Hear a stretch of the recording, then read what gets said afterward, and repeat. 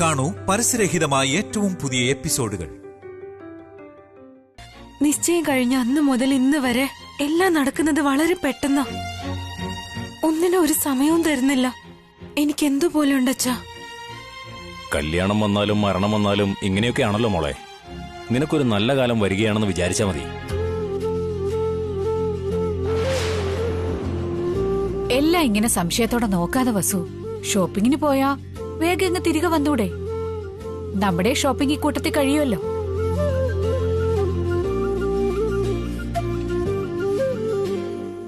അമ്മയൊന്ന് മനസ്സ് വെച്ചാ അവരുടെ കാര്യം തീർക്കാവുന്നതല്ലേ ഉള്ളൂ. ഷോപ്പിംഗ് അങ്ങ് അടിച്ചു പൊളിച്ചേക്കമ്മേ. ഞാനതത്ര ഈസി ആയിട്ടങ്ങ് വിടില്ല ബേബി. പെട്ടെന്ന് വിളിപ്പിച്ചെന്റെ ഈഗോയാണ് അവർ ഹേർട്ട് ചെയ്തിരിക്കുന്നത്. ഇപ്പൊ ഞാനും അവരുടെ ഈഗോയോട് മത്സരിക്കാൻ പോവാ. എന്താവോ എന്തോ ഇവളുടെ ടെമ്പറിനും അവരുടെ ട്രഡീഷനും തമ്മിൽ ഇന്നൊരു വലിയ യുദ്ധം തന്നെ നടക്കുമെന്നാ തോന്നുന്നത്.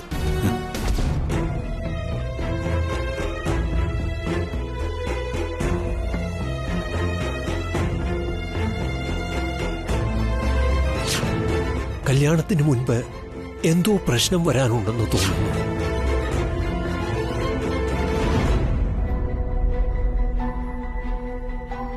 എന്തു പറ്റി? ഇവിടെ എന്താ ചെയ്യുന്നത് ഏട്ടാ? ഞാൻ വീട് മുഴുവൻ തിരഞ്ഞു നടക്കായിരുന്നു. എല്ലാരും റെഡിയായല്ലോ ജയന്തി? എല്ലാരും റെഡി ആയിക്കൊണ്ടിരിക്കുക. ഏട്ടൻ എന്താ വല്ലാതിരിക്കുന്നേ? എന്തു പറ്റി? ഒന്നുമില്ല ജയന്തി. ഏട്ടനോട് സ്വാമിജി പ്രത്യേകിച്ച് എന്തെങ്കിലും പറഞ്ഞോ? ഇല്ല, ഒന്നും പറഞ്ഞില്ല. പിന്നെന്താ ഇങ്ങനെ വല്ലാതെ ഇരിക്കുന്നത്? സത്യം പറ. എന്നോട് നിങ്ങൾ എന്തെങ്കിലും മറയ്ക്കുന്നുണ്ടോ? എന്റെ മനസ്സിലുള്ള ചോദ്യങ്ങൾക്കും സംശയങ്ങൾക്കും എന്റെ മനസ്സ് തന്നെ മറുപടി കണ്ടെത്തുമെന്ന് സ്വാമിജി പറഞ്ഞിട്ടുണ്ട്. അതിന്റെ മറുപടി നിങ്ങളോട് പറഞ്ഞിട്ടുണ്ടെന്ന് തോന്നുന്നു. ദയവായിട്ടൊന്ന് പറയൂ. ഒന്നുമില്ലെന്ന് പറഞ്ഞില്ലേ? എന്തോ ഉണ്ടെന്ന് എന്റെ മനസ്സ് പറയുന്നുണ്ട് ചേട്ടാ. നിങ്ങൾ മാത്രം വിഷമിച്ചിട്ട് കാര്യമൊന്നുമില്ല. എന്തെങ്കിലും ഉണ്ടെങ്കിൽ എന്നോട് പറഞ്ഞ ഒരാശ്വാസം കിട്ടും. സ്വാമിജി എന്താ പറഞ്ഞതെന്ന് ഒന്ന് പറയേട്ടാ.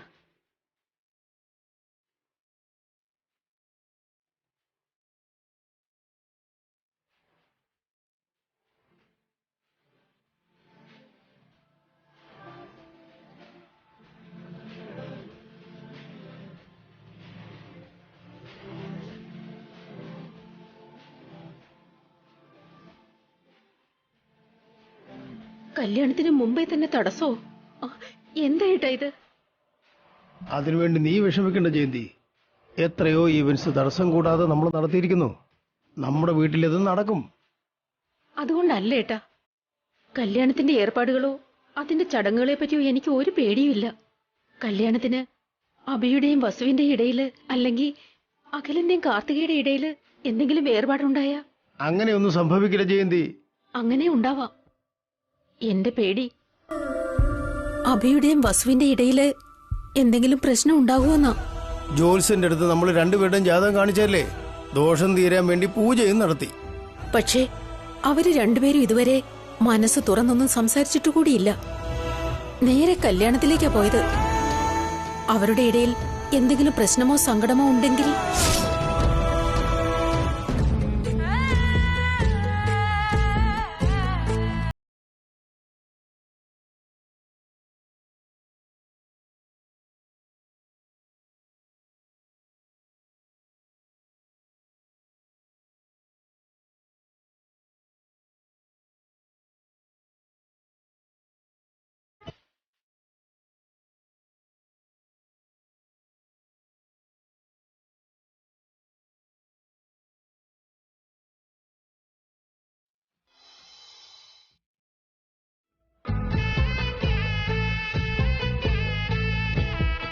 അവരുടെ ഇടയിൽ യാതൊരുവിധ പ്രശ്നങ്ങളുമില്ല. നീ ഭയപ്പെടാതിരിക്കേ.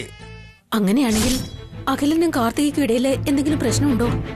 സ്വാമികൾ അവരെ പറ്റി ഒരു സംശയം മാത്രമേ പറഞ്ഞുള്ളൂ. പക്ഷേ അവര് രണ്ടുപേരും പരസ്പരം ഇഷ്ടപ്പെട്ടവരല്ലേ? പ്രണയിക്കുന്നുണ്ട്. അവരുടെ ഇടയിൽ എന്ത് പ്രശ്നം വരാനായിട്ടാ? അതാണ് അറിയാത്തത്. പ്രശ്നം ഏതു വഴിക്കാണ് വരുന്നതെന്നാണ് നമുക്കറിയാത്തത്.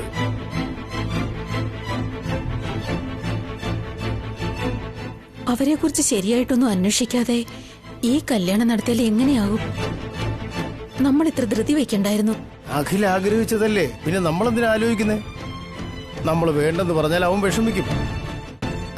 അഭിയും കല്യാണം നടത്തി കൊടുക്കാന്നല്ലേ പറഞ്ഞത്? അങ്ങനെയല്ല ഏട്ടാ. കാർത്തിക നമ്മുടെ സംസ്കാരത്തിന് കുറച്ച് യോജിക്കാത്ത പെണ്ണ. അവരുടെ ചിട്ടകളും രീതികളും ഒക്കെ വേറൊരു രീതിയിലായിരിക്കുന്നേ. എന്റെ മോമിനെ ഇൻസൾട്ട് ചെയ്യുമല്ലേ? എന്റെ അമ്മയെ അവർക്ക് ശരിക്കും മനസ്സിലായിട്ടില്ലെന്ന് തോന്നുന്നു. മനസ്സിലാക്കി തരുന്നുണ്ട് ഞാൻ. അവളുടെ അമ്മയ്ക്കാണ് കൂടുതൽ സാമർഥ്യം. അവളുടെ അച്ഛനാണെങ്കിൽ വായിൽ നാക്കില്ലാത്ത പോലെയാ പെരുമാറുന്നേ. നമ്മുടെ മോനാണെങ്കിൽ ഒരു പാവാ. അവൻ ആരെയും എതിർത്ത് സംസാരിക്കില്ല. ബർത്ത്ഡേ പാർട്ടി അച്ഛൻ ആർഭാടമായിട്ട് നടത്തിയത്. ഇനി ഈ ഷോപ്പിംഗ് എന്തായി തീരുവോ എന്തോ. എന്റെ ഭഗവാനെ, ഒരു പ്രശ്നം ഉണ്ടാവാതെ കാത്തോണേ. ജയന്തി, അവരെ പറ്റി ആലോചിച്ച് നീ ഭയപ്പെടേണ്ട കാര്യമില്ല. കല്യാണത്തിന് ശേഷം കാർത്തികയുടെ അമ്മയും അച്ഛനും ഈ വീട്ടിലല്ലല്ലോ താമസിക്കുന്നത്. ഇവിടെ വന്നതിന് ശേഷം കാർത്തികയുടെ സ്വഭാവം മാറിക്കൊള്ളും. എന്തായാലും അഖിലിന്റെ കാര്യത്തില് നമ്മൾ കുറച്ച് തിരക്ക് കൂട്ടിയെന്നാ എനിക്ക് തോന്നുന്നേ. 2 കല്യാണം ഒരുപോലെ നടത്താൻ വേണ്ടി നമ്മൾ തെറ്റാണോ ചെയ്യുന്നത്?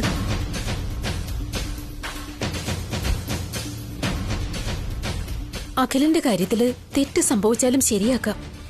അവന്റെ ജാതകം നോക്കി പരിഹാരം ചെയ്യാവുന്നതേ ഉള്ളൂ. പക്ഷേ അഭിയുടെ കാര്യത്തില് ഒരു ചെറിയ തെറ്റ് വന്നാൽ പോലും അവൻ വീണ്ടും വേറൊരു കല്യാണത്തെപ്പറ്റി ചിന്തിക്കില്ല. എങ്ങനെ നോക്കിയാലും ഇത് നല്ലതുപോലെ ആലോചിക്കേണ്ട വിഷയമാ. എന്തെങ്കിലും വന്നാ കുട്ടികളോടൊപ്പം നമ്മളും ജീവിതകാലം മുഴുവൻ കഷ്ടപ്പെടേണ്ടി വരും. ഒരു തെറ്റും സംഭവിക്കരുതെന്നാണ് ഞാൻ കരുതുന്നത്. സ്വാമി പോലും പറഞ്ഞത് പൂജ പിന്നീട് നടത്താമെന്ന. ജയന്തി, എല്ലാം ദൈവത്തിന് വിട്ടിട്ട് നമുക്ക് എന്ത് വേണമെങ്കിലും ചെയ്യാം. നമ്മുടെ കൈകൊണ്ട് നടത്തുന്ന അവസാന ശുഭകാര്യം ഇതാണ്. ഈ കല്യാണത്തിന് ശേഷം നമുക്ക് ചെയ്യാൻ വേണ്ടി വലിയ കാര്യങ്ങളൊന്നുമില്ല. എല്ലാം അവരുടെ ഇഷ്ടം പോലെ ആയിരിക്കും.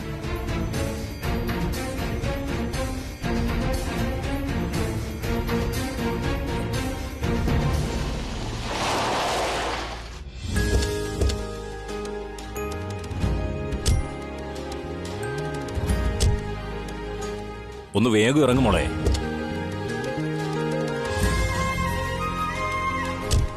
എന്തിനാ അച്ഛാ ഇങ്ങനെ ധൃതി വെക്കുന്നേ? ഷോപ്പിംഗ് മോൾ എന്താ വല്ല കപ്പലും ആണോ? അത് എങ്ങോട്ടെങ്കിലും ഒഴുകി പോകാനായിട്ട്? അങ്ങനെയൊന്നും പറയല്ലേ മോളെ. വേഗം നമുക്ക് അകത്ത് കയറണം. വന്നേ. എന്തിനാ അമ്മ ധൃതി കാണിക്കുന്നേ? വീട്ടിൽ നിന്ന് ഇറങ്ങിയപ്പോഴും അമ്മ എങ്ങനെയാ ധൃതി വെച്ചത്? അബിയുടെ വീട്ടുകാർ വന്നു കാണും. വാ പോകാം. വാ വാ.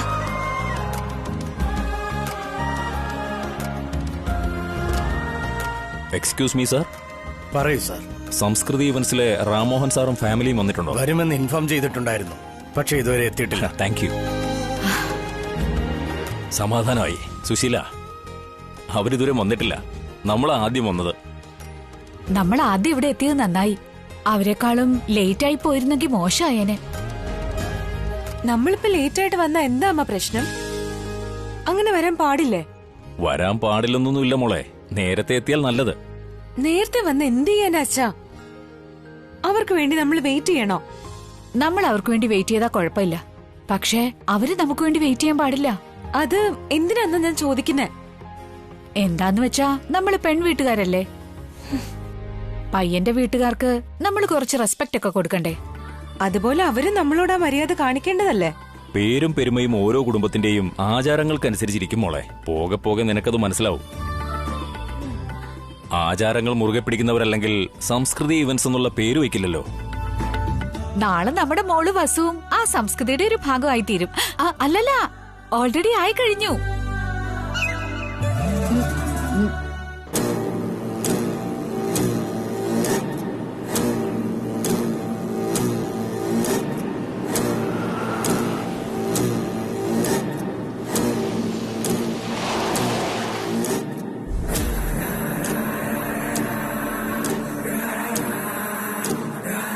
സ്ഥലം എത്തി മോം. Wait baby. അഖിലിന്റെ വീട്ടിൽ നിന്ന് എല്ലാവരും എത്തിയോ എന്ന് നോക്കണം. അകത്തിന്ന് നോക്കിയാൽ അറിയാൻ പറ്റുമല്ലോ.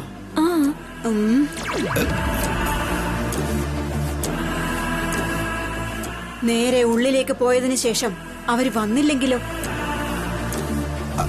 അവര് വന്നിട്ടുണ്ടെങ്കിൽ നമുക്ക് ഉടനെ ഷോപ്പിംഗ് ആരംഭിക്കാമല്ലോ. അല്ല, അവര് വന്നിട്ടില്ലെങ്കിൽ നമുക്ക് ഏതെങ്കിലും സോഫ്റ്റ് ഡ്രിങ്ക്സ് ഓർഡർ ചെയ്ത് കുടിച്ചും കൊണ്ട് വെയിറ്റ് ചെയ്യാം. ഈ അംബികാദേവി ആർക്കും വേണ്ടി കാത്തു നിൽക്കില്ല. നെവർ. അഖിലിനെ വിളിക്കു ബേബി. ശരി.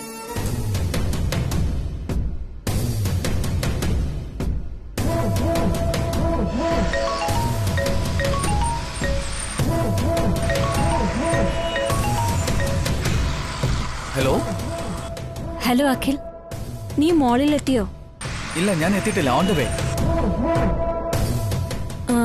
വന്നോണ്ടിരിക്കാം മോം. എത്ര സമയം എടുക്കുന്ന ചോദിക്കേ?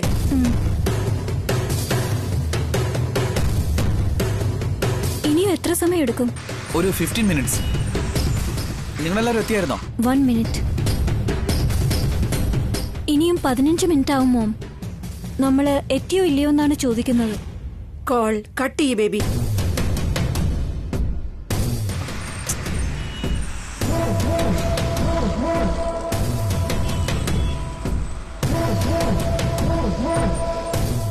ഡ്രൈവർ, കാർ സ്റ്റാർട്ട് ചെയ്ത് പോകൂ. ഒരു 3 കിലോമീറ്റർ മുമ്പിലേക്ക് പോയിട്ട് തിരിച്ചു വരാം. അതെന്തിനാ മോം? നമ്മള് ഷോപ്പിങ്ങിനല്ലേ വന്നത്. അവര് വന്നതിന് ശേഷം നമുക്ക് വരാം. പെട്രോൾ വേസ്റ്റ് ആവില്ലേ? പെട്രോളിന് വേണ്ടി നോക്കിക്കൊണ്ടിരുന്നാലേ പ്രസ്റ്റീജ് തന്നെ പോയി കിട്ടും. നമ്മുടെ സ്റ്റേറ്റസ് ലെവൽ എവിടെയും കുറയാൻ പാടില്ല. വെയിറ്റ് ചെയ്താ അത് കുറഞ്ഞു പോവോ? കുറഞ്ഞ് നീ വെയിറ്റ് ചെയ്യുമായിരിക്കും. ഞാൻ കുറയുകയുമില്ല. എന്റെ പേരും വെയിറ്റ് ചെയ്ത് കുറയ്ക്കുകയുമില്ല. ഈ വാശി കാരണമാണല്ലോ എനിക്ക് ഈ അവസ്ഥ വന്നത്. വായുണ്ടായിട്ടും നാക്കില്ലാത്ത അവസ്ഥയാക്കിയില്ലേ? അവരൊരു ദിവസം മുമ്പൊന്നും അല്ല പറഞ്ഞത്, പെട്ടെന്നാണ് ഷോപ്പിംഗ് എന്ന് പറഞ്ഞത്. അവർ വിളിക്കുമ്പോഴൊക്കെ വാലും ആട്ടിക്കൊണ്ട് പുറകെ ചെല്ലാൻ നമ്മൾ അവരെ വീട്ടിൽ വളർന്ന പെറ്റ്സൊന്നും അല്ല.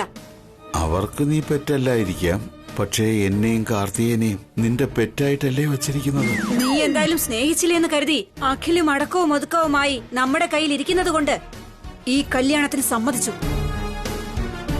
അതല്ലാതെ പെൺവീട്ടുകാരെന്നും പറഞ്ഞ് തലകുനിഞ്ഞിരിക്കണമെന്നാണെങ്കിൽ I can't. Okay mom, mom പറയുന്നത് പോലെ. അമ്മയുടെ വാക്ക് ഞാൻ ധിക്കരിച്ചിട്ടുണ്ടോ? ഇക്കാര്യം നീ ഇപ്പോഴല്ലേ പറയുന്നത് മോളെ? ഞാൻ കഴിഞ്ഞ 25 വർഷമായി പറഞ്ഞുകൊണ്ടിരിക്കുക. ഇക്കാര്യത്തിൽ നിന്നെക്കാൾ സീനിയറാ ഞാൻ. എന്താ ഞാൻ ഡോമിനേറ്റ് ചെയ്യുകയാണെന്ന് ബേബിക്ക് ഹിന്റ് കൊടുക്കുവാണോ? ഇനി അതും പറഞ്ഞു കൊടുക്കണോ? എന്താ പെറുവിറുക്കുന്നേ? ഒന്നുമില്ല അമ്പിയെ, ഒന്നുമില്ല. നീ എന്തു പറഞ്ഞാലും അത് കറക്റ്റ് ആയിരിക്കും. ഇനി വീണ്ടും നിന്നോട് പറയണോ? അമ്പിക പറഞ്ഞത് കേട്ടില്ലേ? വണ്ടി എടുക്ക.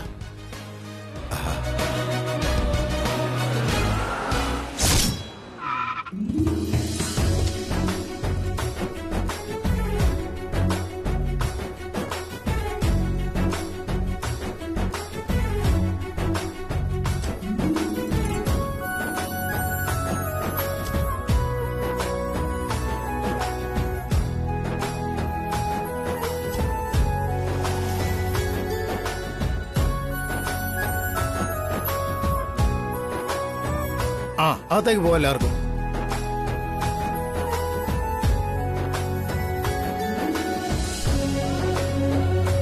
ഒന്ന് പാർക്ക് ചെയ്തേക്കേ.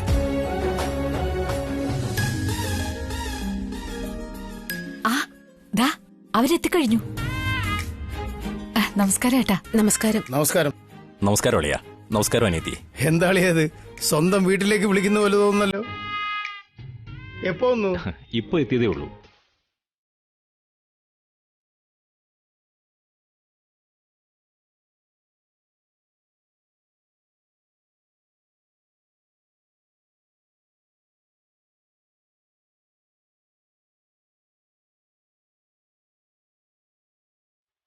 എന്താളിയാ ഈ സമയത്തല്ലേ നിങ്ങൾ വരാൻ പറഞ്ഞേ?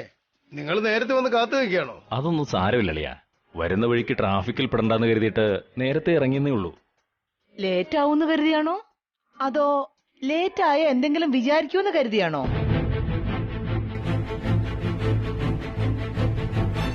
എന്റെ അനിയത്തി എപ്പോഴും ഇങ്ങനെ തമാശ പറയും, തെറ്റിദ്ധരിക്കരുതേ.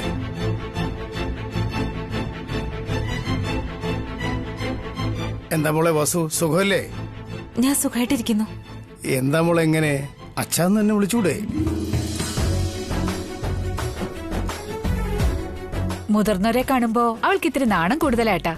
മടി കാണിക്കാൻ ഞങ്ങളെന്താ അറിയാത്തവരാണോ? അയ്യോ അങ്ങനെയൊന്നും അല്ലമ്മേ. കണ്ടില്ലേ, അമ്മായിന്ന് വിളിച്ചു. പരിചയമായി ഇത്രയും നാളായിട്ടും വസുവിന്റെ നാണം ഇതുവരെ മാറിയില്ലല്ലോ. അവൾക്ക് നാണം മാറിയില്ലെങ്കിൽ എന്താ, നീ അത് മാറ്റിയെടുക്കുമല്ലോ ഭാവനെ. അഖിൽ, ഇതുവരെ കാർത്തികയുടെ കുടുംബം എന്താ വരാത്തത്? അവരിപ്പോ ഇങ്ങോട്ട് വിളിച്ചായിരുന്നമ്മേ. അവര് വന്നോണ്ടിരിക്കുക. ഇപ്പോഴും അവര് വന്നുകൊണ്ടിരിക്കുന്നേ ഉള്ളോ? ഇവരോട് പറഞ്ഞതുപോലെ തന്നെയല്ലേ അവരോടും ടൈം പറഞ്ഞത്? അവരെ എന്താ ഇനി ദക്ഷിണ വെച്ച് സ്വീകരിക്കണോ?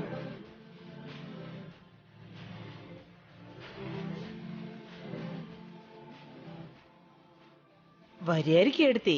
ഏതെങ്കിലും ട്രാഫിക്കിലെങ്ങാനും പെട്ടുപോയതാണോ എന്തോ. നമ്മുടെ നാട്ടിൽ അങ്ങനെയൊക്കെ ആണെന്ന് അറിയാലോ. കുറച്ചുകൂടി നേരത്തെ ഇറങ്ങിയാലെന്താ? അവർക്ക് വേണ്ടി ഇപ്പൊ നമ്മൾ വെയിറ്റ് ചെയ്യണോ? ഇങ്ങനെയുള്ള വാക്കുകളൊന്നും കേൾക്കാതിരിക്കാനാ നമ്മള് നേരത്തെ എത്തിയേ. എടാ അഖിൽ, കാർത്തിയെ വിളിച്ച് നീ സമയം പറഞ്ഞില്ലായിരുന്നോ? പാവം, വെറുതെ ആ കൊച്ചിനെ വഴക്ക് കേൾപ്പിക്കുക. ഞാൻ പറഞ്ഞിരുന്നു ഇളയമ്മേ, ഒന്നുകൂടി വിളിച്ചു നോക്കാം. വന്നാട്ടെ.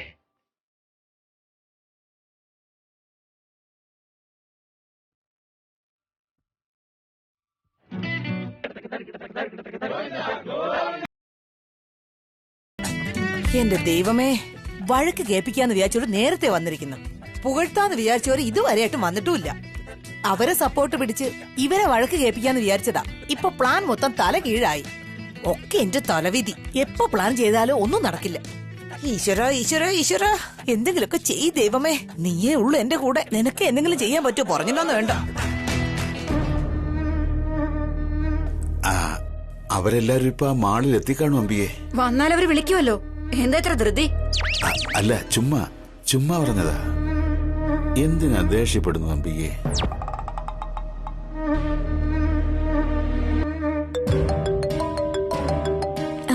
മോം, അഖിൽ കോൾ ചെയ്യുവാണ്. അവരെത്തിയൊന്ന് ചോദിക്കേ. ശരി. ഹലോ അഖിൽ. നീ എന്താ നേരത്തെ ഫോൺ കട്ട് ചെയ്തിട്ട് പോയത്? മോം പറഞ്ഞു. എന്താന്ന്? ഇല്ല. എവിടെയാണ് നിങ്ങൾ? എവിടെ ഇത്? ഞങ്ങൾ ഇവിടെ എത്തി. വസു എടുത്ത് ഫാമിലിയും പോലും വന്നു. എല്ലാവരും വന്നിട്ടുണ്ട് മോം. നമ്മൾ എവിടെയാണെന്നാ ചോദിക്കുന്നത്. ഇവിടെ അടുത്ത് തന്നെ ഉണ്ടെന്ന് പറയേ.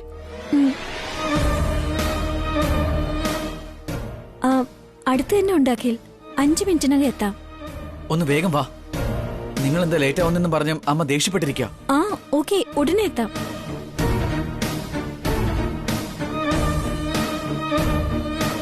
അവൻ എന്താ പറഞ്ഞത്? നമ്മൾ ലേറ്റ് ആവുന്നത് കൊണ്ട് ആന്റി ദേഷ്യപ്പെടുവാണെന്ന് പറഞ്ഞു. പെട്ടെന്ന് ഓരോന്ന് തീരുമാനിച്ചാൽ ഇങ്ങനെയൊക്കെ നടക്കുള്ളൂ.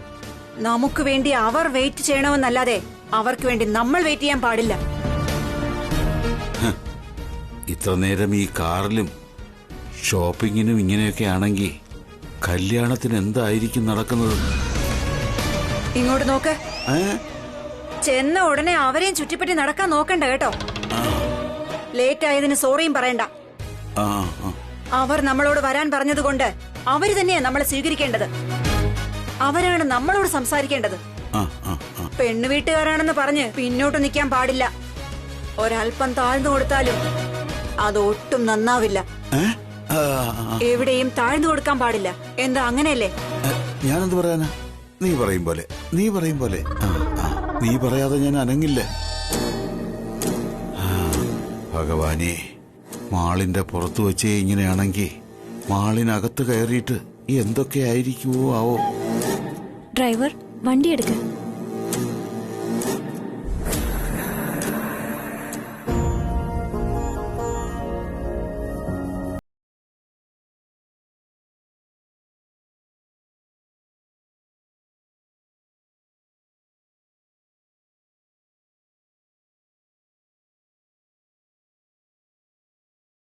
വീട്ടിൽ പോയാൽ മതിയെന്ന് തോന്നുക. എന്തിനാ നീ ഇങ്ങനെ ടെൻഷൻ ആവുന്നത്? അവരെന്തോ ദേഷ്യത്തിലാണെന്ന് തോന്നുന്നു.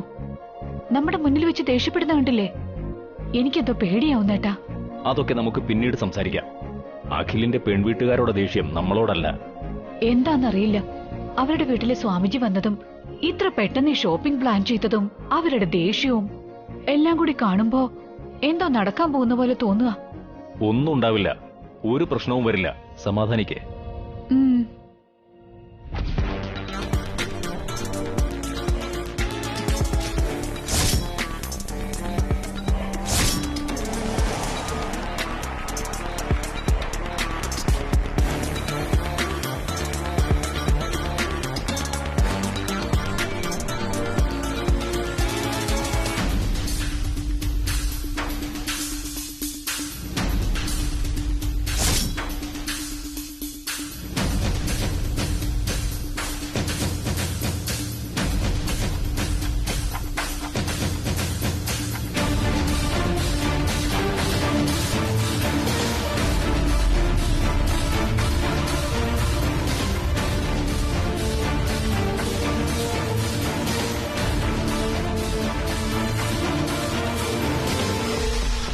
ഹലോ, എന്റെ പഴയ കല്യാണ പെണ്ണേ,